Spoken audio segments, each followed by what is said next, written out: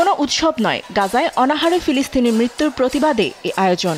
New ইয়র্কে হাতে পাতিল ও প্যান নিয়ে তাদের অবস্থান।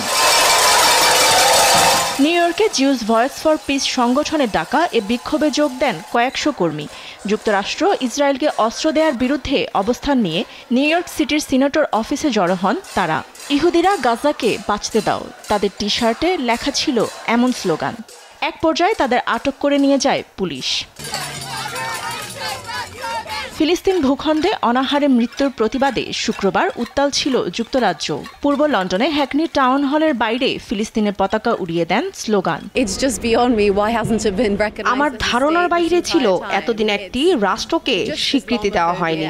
শুধুমাত্র ইসলাম ধর্মের কারণে এমন সিদ্ধান্ত। এখানে গায়ের রঙের উপরও অনেক কিছু নির্ভর করে। আপনি বাদামি, অভিবাসী ও মুসলিম হলে পশ্চিমা দেশগুলায় আপনার অধিকার নিয়ে বিতর্কে নাম। এইসব জঘন্য ঘটনায় আমি ক্ষুব্ধ।